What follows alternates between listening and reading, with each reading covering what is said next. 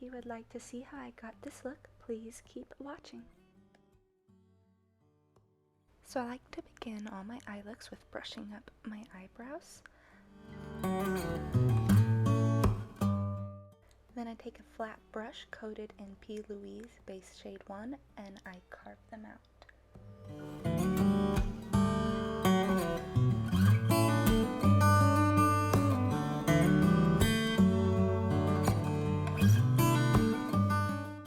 When I finished carving the brows out, I pat in the rest of the base all over the rest of the eyelid and a little out towards the sides to help blend in with my foundation.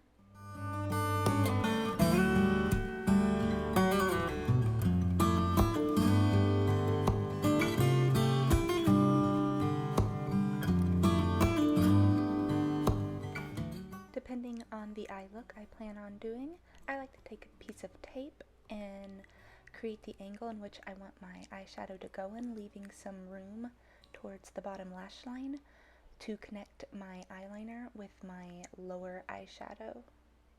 Taking a dense, precise pencil brush, I take the darkest shade, which in this case is purple, and starting on the outer edge and a little bit in the inner corner and middle, I use it to connect the dots and create the shape that my eyeshadow will be following.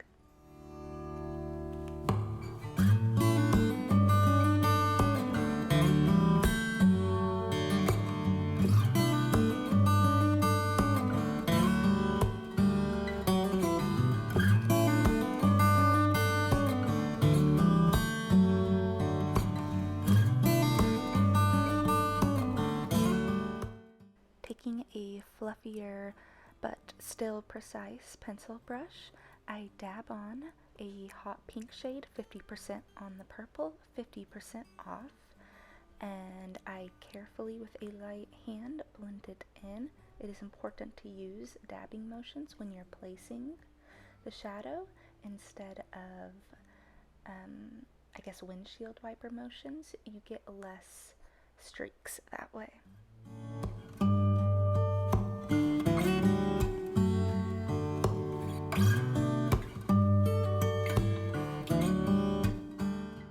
Next, with a fluffier but still precise brush, I blend in an orange shade using the same techniques as I did for the other two eyeshadows, but I blend it all the way up into the brow.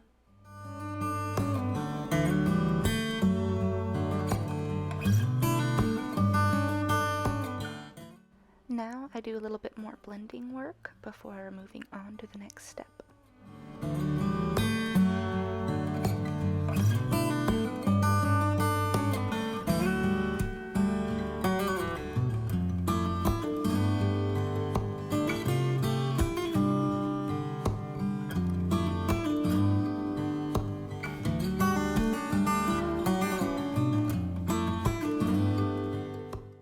Next, taking a liner angled brush with a little bit of Vaseline on it, I'm going to use that to carve out my crease.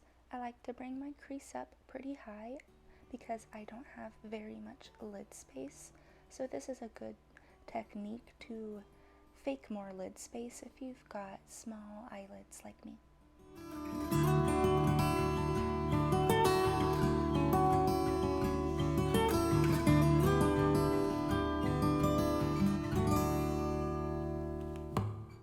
Using a Q-tip, I am going to wipe away that Vaseline, revealing a very clean cut crease.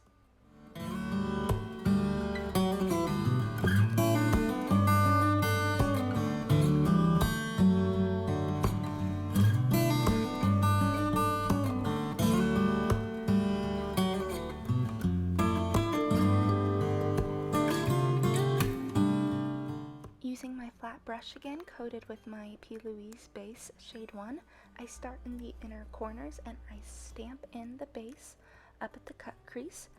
Using this stamping motion will do most of the work for you.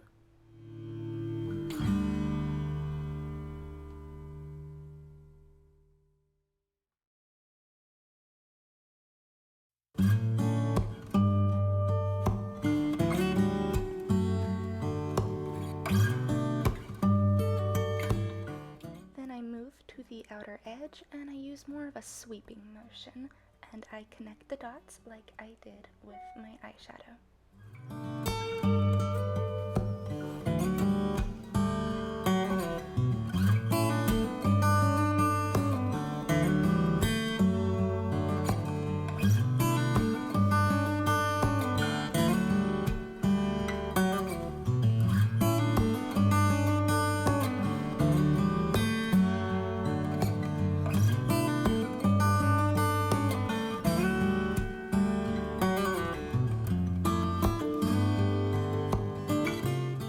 Taking a dark purple shadow, the one I used in the beginning, I'm going to start at the outer edges and I'm going to stamp it in with a flat eyeshadow brush and use very light-handed sweeping motions. Be careful with that part because you can make it really hard to blend if you are too rough with your sweeping motions. And then I will place the rest of the shadows down, the pink and the orange, and I'll be adding a little yellow in the inner corner. It looks a bit crazy now, but trust the process, it will all get blended together.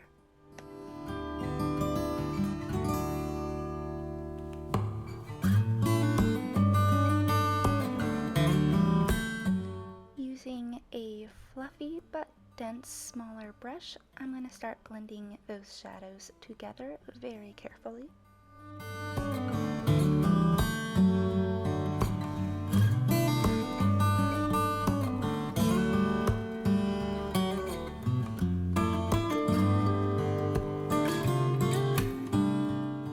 Now that I got my shadow down, it's time to start adding fun little details. I got a little out of frame here, but I'm just going to take some liquid glitter eyeshadow. I'm using some gold, and I'm going to dab it onto the lid, but I'm not going to go over the cut crease. Next, taking a angled liner brush, I am going to line my cut crease with some P. Louise Acid Rain paint in the shade Nitro.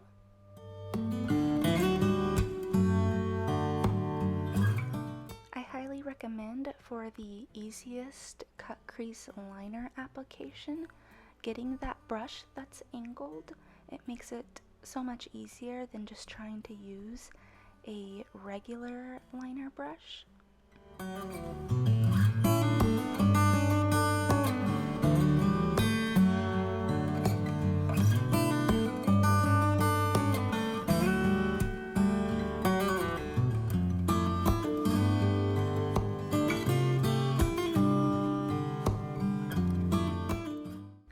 Next, we're going to work on the eyeliner. I like to start at the tip of the outer corner and I just sweep it down.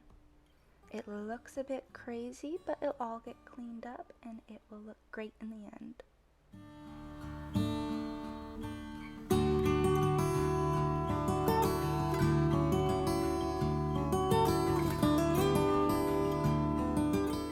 Next is the best part, removing the tape, and I will take an angled brush with the leftover Vaseline and clean that up. I went off camera, completed the other eye and my face makeup, and next I will be taking a Morphe JH43 eyeliner smudge brush, and I'm going to stamp in and smudge some black eyeshadow to my lower lash line and connect it with my eyeliner from my upper lash line. So I'm going to take a little bit of that orange shadow on a fluffier blending brush and blend it into my lower lash line. I like to bring it down a bit, but you don't have to do that. It's just my preference.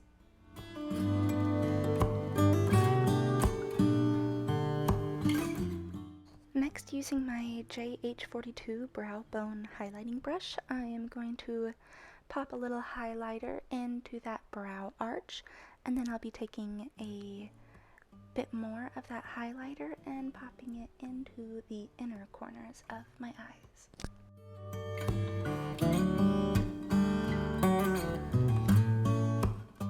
Next, I'll be finally doing my brows. I'm going to brush them up. I do like a fluffy, more natural brow, but if you prefer the Instagram brow, that's alright, you do you.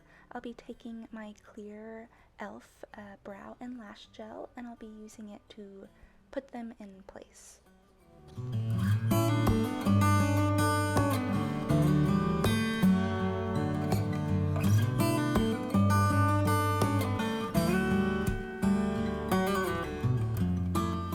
Next, I will be taking some mascara to my bottom eyelashes, and with zigzag motions, I find it's easier to separate and coat the whole lash.